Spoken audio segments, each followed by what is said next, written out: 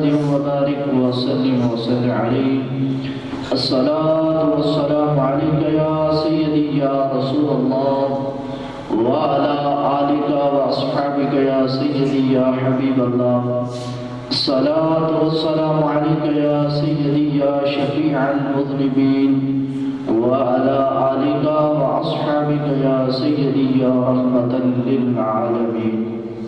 تھوڑی سی آواز مارو جی.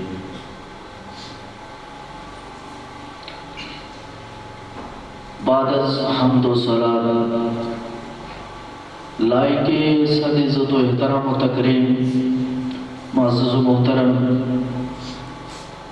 زینت مسند صدارت پروردگار آغوش ولایت حضور قبلہ استاذ العلماء مفتی اہل سنت پیر سید مفتی محمد لقمان شاہ صاحب محتمم جامعہ غوثیہ زبیریہ چکوال حافظہ اللہ تعالی،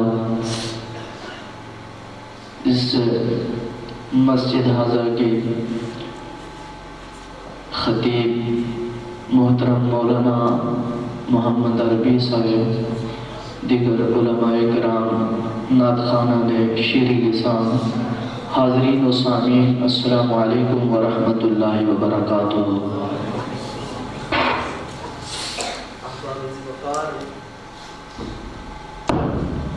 ہم اہل سنت و جماعت ہیں اور اہل سنت و جماعت دنیا کے جس خطے میں بھی آباد ہوں ان کے اپنے مخصوص شعار ہیں، جن شعار کی وجہ سے وہ دوسرے مکاتبے فکر سے ممتاز نظر آتے ہیں. احباب وقار ان شعار میں سے ایک یہ ہے کہ ہم نبی کریم رؤوف الرحیم صلی اللہ علیہ وسلم کی آمد کے اوپر جس مہینے میں آپ تشریف لائے اس کے اوپر خوشی کا اظہار کرتے ہیں. احباب یہ بڑی بدقسمتی کی بات ہے کہ کلمہ گو لوگوں کو ہمیں یہ بتانا پڑتا ہے کہ نبی کی میلاد کے اوپر، نبی کی آمد کے اوپر تم خوشی کا اظہار کرو. ان کو دلائل سے یہ بات بتانا پڑتی ہے. احباب جس نے نبی کریم علیہ السلام کا کلمہ پڑھا اور سچے دل سے آقا کریم علیہ السلام کو تسلیم کیا، یہ اس آدمی کو حضور کے ذکر سے کسی قسم کا کوئی تردد نہیں ہونا چاہیے. لیکن کیا کریں، لوگوں کی اپنی اپنی جو ہے وہ مزاج ہے، اس کے مطابق وہ چلتے ہیں.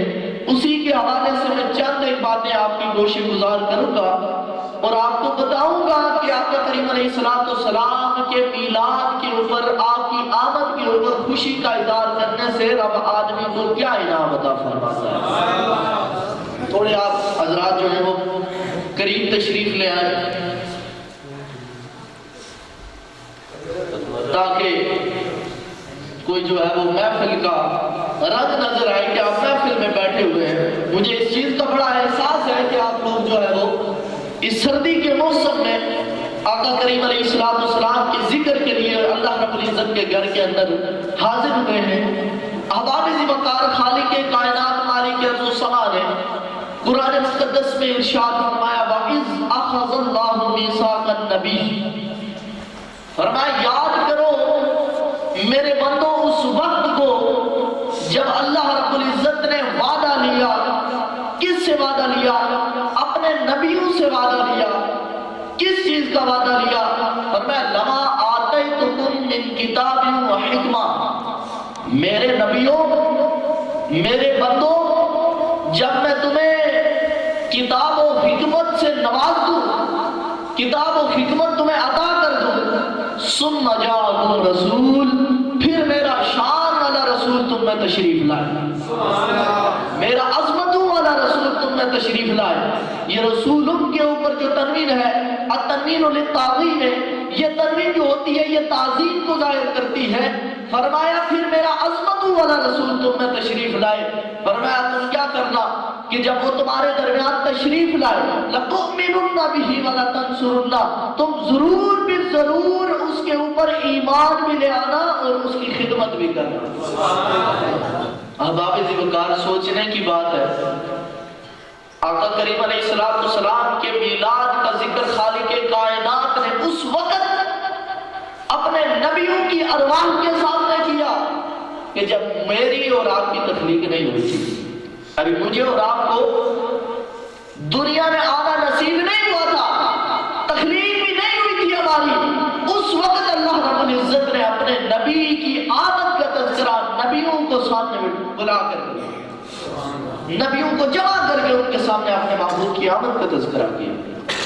احباب ذوالفقار سوال یہ پیدا ہوتا ہے کہ نبی بھی اللہ کے بندے ہیں، ہم بھی اللہ کے بندے ہیں، تو اللہ رب العزت نے انبیاء کرام کو جمع کیا، ان کے سامنے اپنے محبوب کی آمد کا تذکرہ کیا، اس کی شان کا تذکرہ کیا، اس کی عظمت، اس کی رفعت، اس کے مقام، اس کے مرتبے کا تذکرہ کیا. تو خالق کائنات نے ہمیں کیوں نہیں اس عہد کے اندر شامل کیا؟ تو بات سمجھنے کی ہے. ایک عالم جب گفتگو کرتا ہے تو اس کی گفتگو کو جانچنے کے لیے، اس کو پرکھنے کے لیے، اس کی بات کو سمجھنے کے لیے ایسے آدمی کی ضرورت ہوتی ہے جو علم کے ساتھ شغف رکھتا ہو، علم کا ذوق رکھتا ہو، علماء کی مجلس میں بیٹھتا ہو، علماء کی صحبت میں رہتا ہو. تو وہ شخص اس کی گفتگو کو سن کر پہچان لیتا ہے کہ یہ عالم جو گفتگو کر رہا ہے یہ کتنے پائے کی گفتگو کر رہا ہے، یہ کتنی کتابیں پڑھی ہے اس نے، کتنا اس کا مطالعہ ہے. تو ایک عالم کو پرکھنے کے لیے ایک علم کے ذوق رکھنے والے آدمی کی ضرورت ہوتی ہے. ایک استاد کے مقام مرتبے کو سمجھنے کے لیے ایک استاد کی ضرورت ہوتی ہے کہ یہ کس پائے کا استاد ہے. احباب یہ میرے محبوب کی عظمت اور رفعت اور مقام اور مرتبے کی بات تھی، اس کو میں اور آپ سمجھ نہیں سکتے تھے، اس کو وہی سمجھ سکتا تھا جو اس مقام کے اوپر فائز تھا. اس لیے اللہ نے اپنے نبیوں کو بنا کر ان کے سامنے اپنے محبوب کی عظمتوں کا تذکرہ کیا کہ یہ آپ لوگ جو ہیں یہ میرے محبوب کے مقام مرتبے کو سمجھتے نہیں، میرے نبیوں میں اس کا تذکرہ تمہارے سامنے کرتا ہوں اس لیے کہ تم اس کے مقام و مرتبے کو سمجھیں. کیونکہ نبیوں میں سے کسی نے یہ نہیں کہا کہ حضور ہمارے جیسے ہیں، کسی نے کہا کہ وہ بھی نبی تھے نا، کسی نبی نے یہ کہا کہ حضور ہمارے جیسے ہیں. جب حالانکہ طویل حدیث مبارکہ ہے کہ بلا استاد محترم اور قائد محترم آپ تشریف فرمائیں، ان کی وساطت سے میں آپ کے سامنے عرض کرنا چاہتا ہوں کہ حضرت موسیٰ علیہ السلام اولو العزم پیغمبروں کے اندر آپ شامل ہیں، اللہ کے انبیاء کرام میں. تو انہوں نے اللہ کی بارگاہ میں دعا کی کہ اللہ تو مجھے حضرت محمد مصطفیٰ کا امتی بنا دے، امتی بنا دے. تو نبیوں میں سے کسی نے مثلیت کا دعویٰ نہیں کیا، اس لیے اللہ نے نبیوں کو بلایا، ہمیں اور آپ کو نہیں بلایا. کیونکہ اللہ رب العزت کو پتا تھا کہ یہ کلمہ تو میرے نبی کا پڑھیں گے لیکن کیا کہیں گے کہ اس نبی کا کلمہ پڑھنے کے بعد اس کو اپنے اوپر قیاس کریں گے، اس کو اپنے جیسا سمجھیں گے. تو اللہ نے ان ہستیوں کو بلایا کہ جو ادب کا منبع اور ادب کا پیکر تھی، تو فرمایا ان کے سامنے اپنے محبوب کا تذکرہ کرو. تو احباب حضور کا میلاد اللہ رب العزت نے ان مقدس ہستیوں کے سامنے بیان کیا. فرمایا میرے نبیوں جب میں تمہیں کتاب و حکمت سے نواز دوں تو پھر میرا شان والا عظمت والا رسول تمہیں تشریف لائے تو تم کیا کرنا؟ فرمایا ساری دنیا تمہارا کلمہ پڑھتی ہو تو میرے مصطفیٰ کی غلامی اختیار کرنا اور ان کی خدمت کرتے رہے. تو احباب نبیوں کے متعلق اہل سنت و جماعت کا عقیدہ کیا ہے؟ ہماری عقائد کی جتنی کتابیں ہیں سب کے اندر یہ موجود ہے. ہم ماتریدی لوگ جو ہیں ہمارا یہ عقیدہ ہے ہماری عقائد کی کتابوں میں موجود ہے. فرمایا ان الانبیاء کلهم معصومون عن الخطائ عن الصغیرۃ والکبیرۃ من قبل النبوہ و بعد النبوہ. فرمایا رب کے نبیوں کی یہ شان ہوتی ہے. بزرگان دین نے ارشاد فرمایا رب کے نبیوں کی یہ شان ہوتی ہے. فرمایا نہ وہ چھوٹا گناہ کرتے ہیں نہ وہ بڑا گناہ کرتے ہیں، نہ اعلان نبوت سے پہلے گناہ کرتے ہیں چھوٹا بڑا، نہ اعلان نبوت کے بعد چھوٹا بڑا گناہ کرتے ہیں. رب کے نبیوں کی شان یہ ہوتی ہے. فرمایا آقا کریم علیہ السلام کے غلاموں اور نبی کے متعلق ہمارا عقیدہ یہ ہے. ہمارے امام نے یہ اپنی کتاب کے اندر نقل فرمایا. آپ خیالی کے اندر ملا عبد الحکیم سیالکوٹی رحمت اللہ تعالی علیہ آپ اس کے حاشیے کے اندر نبیوں کی تعریف کرتے ہوئے ارشاد فرماتے ہیں. آپ فرماتے ہیں لوگوں النبی جو نبی اور نبی تو اللہ کا نبی ہی ہوتا ہے. لوگ کا نفی بدن امی، چاہے وہ اپنی ماں کے پیٹ کے اندر ہی کیوں نہ موجود ہو، اگر ماں کے پیٹ میں ہو پھر بھی اللہ کا نبی ہوتا ہے. ماں کے پیٹ سے باہر تشریف لے آئے پھر بھی اللہ کا نبی ہوتا ہے. بچپن ہو پھر بھی اللہ کا نبی، جوانی میں ہو پھر بھی اللہ کا نبی، بڑھاپے کو پہنچ جائے پھر بھی اللہ کا نبی ہوتا ہے. نبی ہی ہوتا ہے. جب اللہ اس کو تخلیق کرتا ہے تو پھر اس کو نبی بناتا ہے. یہ نہیں کہ اس کو 40 سال کے بعد نبوت ملتی ہے، 35 سال کے بعد ملتی ہے، 30 سال کے بعد. یہ جھگڑے ہم نے کیے ہیں، بزرگان دین نے نہیں کیے. اور انہوں نے جو عقیدہ دیا ہے وہی عقیدہ اسی کے اوپر الحمدللہ اہل سنت و جماعت چلے. تو احباب جب وہ غلطی کرنے والے نے، بلکہ امام اعظم شرح فقہ اکبر کے اندر آپ ارشاد فرماتے منزہون عن الصغائر والکبائر کہ وہ نہ چھوٹے بڑے گناہ کا تصور بھی اپنے ذہن میں نہیں لاتے.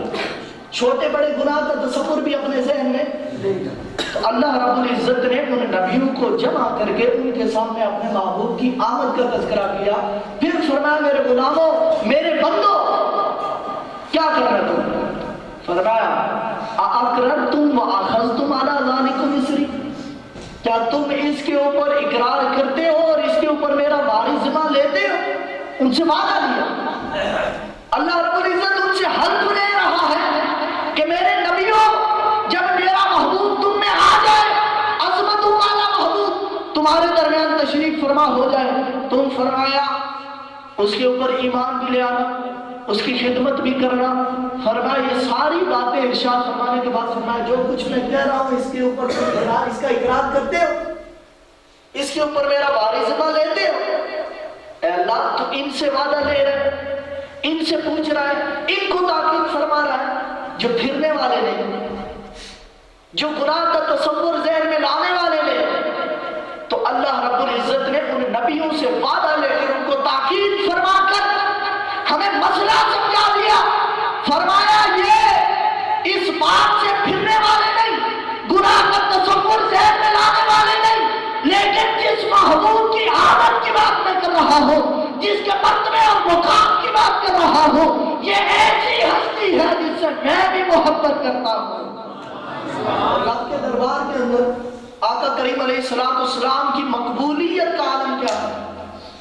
صاحب تفسیر کبیر امام فخر الدین رازی رحمت اللہ تعالی علیہ آپ نے ایک حدیث مبارکہ نقل فرمائی تفسیر کبیر کی جلد نمبر 3 کے اندر. آپ فرماتے ہیں کہ اللہ رب العزت نے ارشاد فرمایا، حدیث قدسی ہے، فرمایا یا محمد، اے محمد صلی اللہ علیہ وسلم، کل احد یطلب رضائی، فرمایا کائنات کی ہر شے میری رضا چاہتی ہے، مجھے راضی کرنا چاہتی ہے، لیکن میرے محبوب تیرے مقام اور مرتبے کا عالم یہ ہے اور میرے دربار میں تیری مقبولیت کا عالم یہ ہے کہ فرمایا کل احد یطلب رضائی وانا اطلب رضاک فی الدار. محبوب میں ساری کائنات کا خالق و مالک ہو کر میں ہر وقت تیری رضا چاہتا ہوں، ہر وقت تیری رضا چاہتا ہوں. ساری کائنات، ساری مخلوقات رب کی رضا چاہتی ہے. جناب آدم علیہ السلام سے لے کر حضرت عیسیٰ علیہ السلام تک سارے نبی یہ کہتے ہیں اللہ تو راضی ہو جا۔ تو اللہ رب العزت ساری کائنات کا خالق اور مالک ہو کر ارشاد فرماتا ہے میرے محبوب تو راضی ہو۔ یہ رب ذوالجلال کی اپنے محبوب کے ساتھ محبت اور شفقت ہے، سمجھ آئی؟ ورنہ رب ذوالجلال کو اس کی ضرورت نہیں ہے، لیکن اللہ رب العزت نے جس کے لیے ساری کائنات کو تخلیق فرمایا۔ حدیث قدسی ہے، اللہ رب العزت نے ارشاد فرمایا کنت کنزا مخفیہ، میں پوشیدہ خزانہ تھا، فاحببت، مجھے چاہت محسوس ہوئی، جیسے اس کی شان کے لائق ہے، میں نے چاہا ان اعرف، یہ کہ میں اپنی پہچان کرواؤں کسی سے، کسی کو اپنا آپ دکھاؤں، کسی سے پہچان کرواؤں اپنی، فخلقت الخلق، میں نے فوراً اسے بنا دیا کہ جس سے میں نے اپنی پہچان کروانی تھی، جسے میں نے بنانا چاہا۔ احباب، ایک پہچان یہ ہے کہ آپ میرے سامنے بیٹھے ہوئے ہیں، میں آپ کو دیکھ رہا ہوں، آپ کو پہچان رہا ہوں، لیکن آپ سب کے ناموں سے میں واقف نہیں، آپ سب لوگ کام کیا کرتے ہیں اس سے میں واقف نہیں ہوں، دیکھ تو سب کو رہا ہوں، پہچان بھی رہا ہوں، لیکن احباب بات یہ ہے کہ یہ میں نہیں جانتا کہ آپ کیا کرتے ہیں۔ تو خالق کائنات کی پہچان تو کائنات کے ذرے ذرے کو تھی، لیکن خالق کائنات کی ذات کی معرفت جو ہے وہ صرف میرے مصطفیٰ کریم کو تھی، کیونکہ رب کائنات نے اپنے محبوب علیہ السلام کو شب معراج لا مقام کی بلندیوں پر بلا کر اپنی زیارت سے انہیں نوازا۔ آقا کریم علیہ السلام نے فرماتے ہیں، آپ ارشاد فرماتے ہیں رائے تو ربی احسن صورہ، میں نے اپنے رب کو بہترین صورت میں دیکھا جیسے اس کی شان کے لائق تھا۔ فرمایا اللہ رب العزت نے مجھے حکم ارشاد فرمایا، اے محمد صلی اللہ علیہ وسلم فیما یقتسم الملائکہ، یہ ملائکہ اعلیٰ کے فرشتے جو ہیں یہ کس چیز پر لگے؟ فرمایا میں نے یہ عرض کی اللہ کی بارگاہ میں، اے اللہ تو خوب جانتا ہے یہ کس کے قدرت ہے۔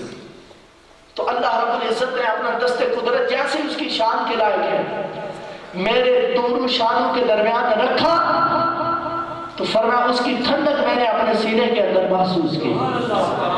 جب اس کی ٹھنڈک میں نے محسوس کی تو فرمایا میں کائنات کی ابتدا سے لے کر انتہا تک کا جو علم ہے اللہ رب العزت نے مجھے ودیعت فرما دی۔ اس کی برکت کا عالم یہ ہوا کہ اللہ رب العزت نے اس کی ابتدا سے انتہا کا علم مجھے عطا کیا۔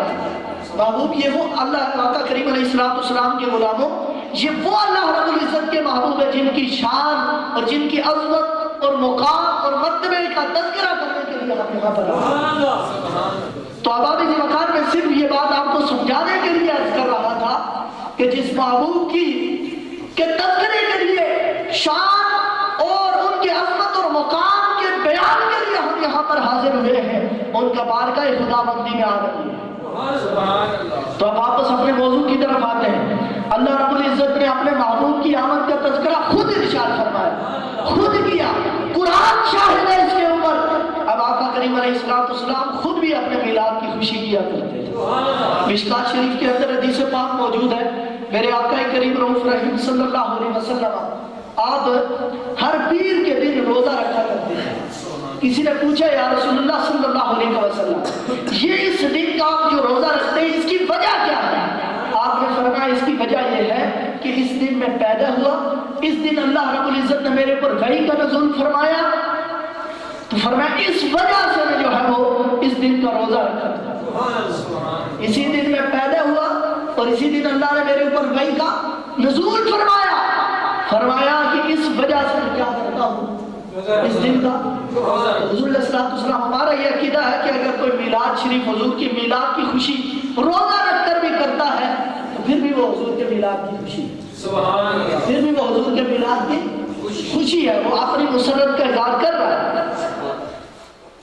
آداب نبی کریم علیہ السلام کی حدیث پاک مشکات شریف کے اندر موجود ہے، پاک فضائل سید المرسلین کے اندر آقا کریم علیہ السلام کے چچا حضرت عباس اس حدیث کے راوی ہیں۔